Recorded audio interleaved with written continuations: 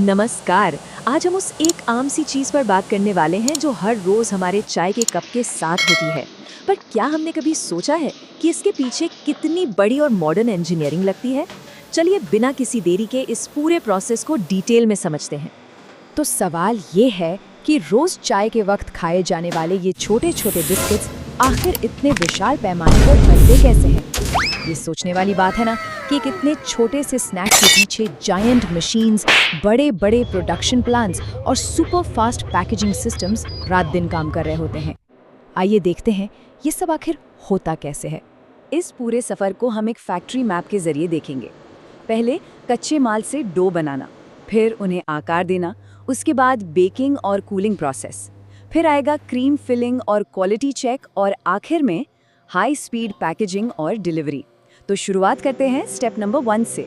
Section 1, raw materials to dough, यानी कच्चे माल से आटे तक का सफर। यहाँ बुनियादी इंग्रेडिएंट्स वही होते हैं जो हमारी रसोई घर में मिलते हैं। मैदा, चीनी, बटर या तेल, थोड़ा मिल्क पाउडर, नमक, बेकिंग पाउडर और वनीला या चॉकलेट जैसे फ्लेवर्स। लेकिन फैक्ट्री में इनका सख्त क्वालिटी टेस्ट होता है। सबसे ज़रूरी बात यह है कि मशीन्स इन सभी चीज़ों को एकदम सटीक मात्रा में नापती हैं। यही वजह है कि सालों बाद भी आपके फेवरेट बिस्किट का टेस्ट बिल्कुल वैसा ही रहता है। 1 ग्राम का भी फर्क नहीं आता। एक बार नापतोल हो गई तो बारी आती है डो प्रिपरेशन की। इन सारे इंग्रेडिएंट्स को जायंट मिक्सिंग मशीन्स में डाला जाता है। इनकी ब्लेड्स इतनी पावरफुल होती हैं और इतनी हाई स्पीड पर घूमती हैं कि बस कुछ ही मिनटों में हजारों किलो नरम और स्मूथ डो तैयार हो जाता है। बैच के हिसाब से यहीं पर स्पेशल फ्लेवर्स भी ऐड किए जाते हैं। चलिए बढ़ते हैं सेक्शन 2 की तरफ, शेपिंग द बिस्किट्स, यानी उन्हें आकार देने का वक्त। अब इस सॉफ्ट डो को कन्वेयर बेल्ट्स के जरिए आगे भेजा जाता है। यहाँ बड़ी बड़ी मशीन्स इस डो को पतली फ्लैट शीट्स में बदल देती हैं। उसके बाद रोलिंग मशीन इस बात का ध्यान रखती हैं कि इन शीट्स की मोटाई यानी थिकनेस बिल्कुल परफेक्ट हो। ये स्टेप बेहद क्रूशल है, क्योंकि अगर मोटाई थोड़ी भी अलग हुई तो बेक होने के बाद बिस्किट्स एक जैसे नहीं दिखेंगे। और अब देखिए प्रोडक्शन की असली रफ्तार। ये प्रोसेस देखने में सच में बड़ा ही मजेदार लगता है। ऑटोमेटिक कटर्स इतनी तेजी से काम करते हैं कि लिटरली कुछ ही सेकंड्स में हजारों बिस्किट्स काटकर निकल आते हैं। चाहे गोल आकार हो, चौकोर हो या क्रीम बिस्किट्स के लिए कोई स्पेशल डिजाइन, ये कटर्स बिना रुके एकदम परफेक्ट शेप्स बनाते जाते हैं।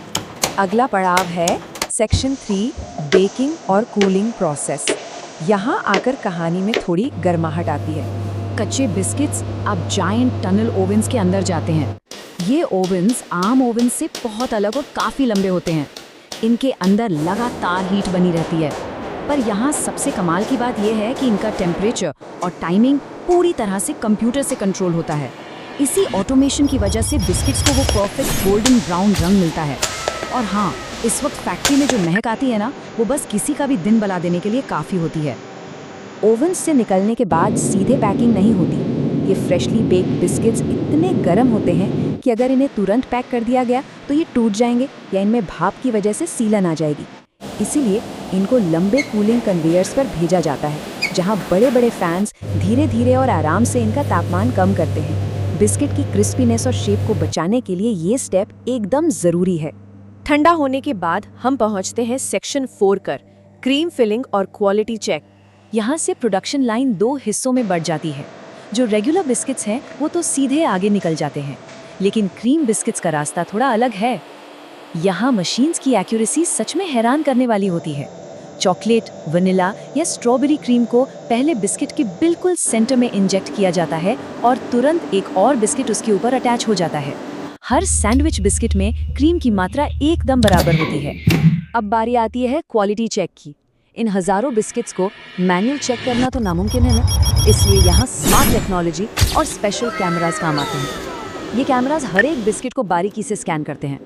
जैसे ही इनकी नज़र किसी भी टूटे हुए या जले हुए बिस्किट पर पड़ती है, उसे ऑटोमेटिक तरीके से लाइन से बाहर निकाल दिया जाता है। सिर्फ परफेक्ट और खस्ता बिस्किट्स ही आगे बढ़ते हैं। और अब हम इस पूरे प्रोसेस के आखिरी चरण में हैं, सेक्शन 5, हाई स्पीड पैकेजिंग और डिलीवरी। यहाँ सब कुछ बिजली की रफ्तार से होता है। हर एक मिनट में हजारों पैकेट्स लगातार सील किए जाते हैं। Automatic packing machines in biscuits को हवा से बचाते हुए पैकेट्स में डालकर तुरंत सील कर देती हैं। उसी तेजी के साथ मैन्युफैक्चरिंग और एक्सपायरी डेट भी प्रिंट हो जाती हैं। ये पूरा सिस्टम किसी परफेक्टली सिंक्रोनाइज्ड डांस की तरह लगातार चलता रहता है। पैक होने के बाद इन छोटे पैकेट्स को जल्दी से बड़े कार्टन्स में जमा किया जाता है।